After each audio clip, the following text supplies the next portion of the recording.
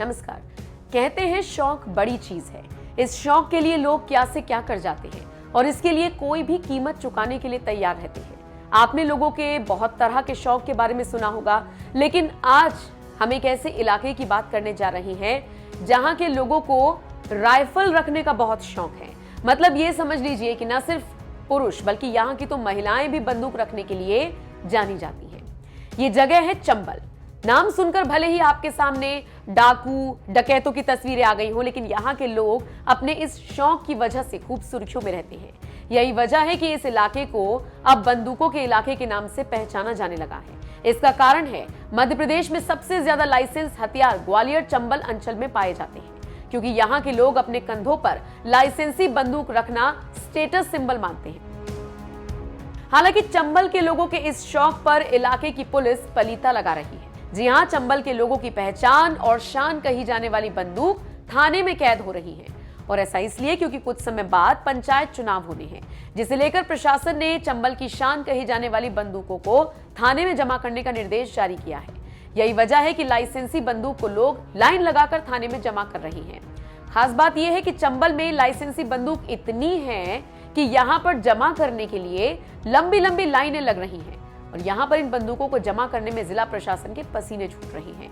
यही वजह है कि जिला प्रशासन के द्वारा बंदूकों को जमा करने की तारीख पर तारीख दी जा रही है। पंचायत चुनाव की घोषणा के बाद आचार संहिता लागू हो गई है, और इसके बाद लोग अपनी शान को थानों में कैद करने के लिए पहुंच रहे हैं।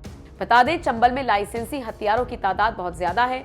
चंबल में वैसे तो लोग लाइसेंसी बंदूक को अपना स्टेटस सिंबल मानते हैं, और जब भी वो घर से बाहर निकलते हैं तो उनके कंधों पर ये बंदूक जरूर आपको लटकती हुई दिखाई देगी। चंबल में महिलाओं के पास भी लाइसेंसी हथियार है। हथियार रखने के साथ साथ ये महिलाएं उन्हें चलाना भी बखूबी जानती हैं। इस समय थानों में हथियार जमा करने महिलाएं भी पहुंच रही हैं, लेकिन जब भी चंबल में चुनाव आते हैं तो इन लाइसेंसी बंदूकों का उपयोग डराने और धमकाने के लिए होता है।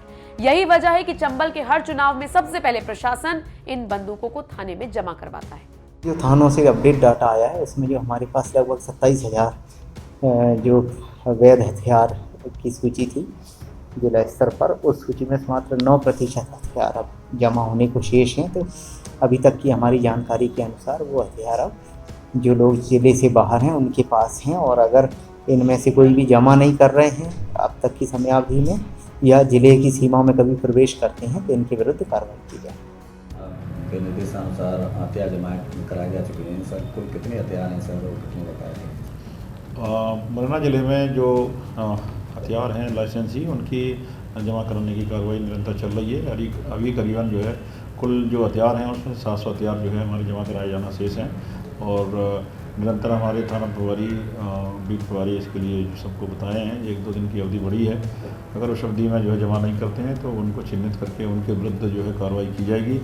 188 की कार्रवाई प्रख्यापित आदेश है, उसकी अवहेलना करेंगे। जिनके पास शस्त्र लाइसेंस दिए हुए हैं उनने जो है डीएम सर के आदेश का पालन नहीं करेंगे तो उनके विरुद्ध भी कार्रवाई करने के लिए थाना प्रभारियों को कल मीटिंग में बताया गया है कि ऐसे शस्त्र लाइसेंसी जो अपना शस्त्र जो है जमा नहीं करते हैं, शस्त्र लाइसेंस के उनके निलंबन की कार्रवाई भी कराई जाएगी, और उनके खिलाफ पृथक से प्रकरण पंजीबद्ध भी कराया जाएगा।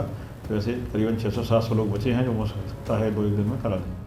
खैर, लाइसेंसी बंदूकें भले ही थाने में जमा करवाई जा रही हो, लेकिन जिले में अवैध बंदूकें भी रखी जाती हैं। अब पुलिस के लिए सबसे बड़ी चुनौती यही है कि लाइसेंसी बंदूकों को जमा करने के साथ साथ अवैध हथियारों पर कितना लगाम वो लगा पाएगी। मुरैना से संतोष शर्मा, सम्राट की रिपोर्ट।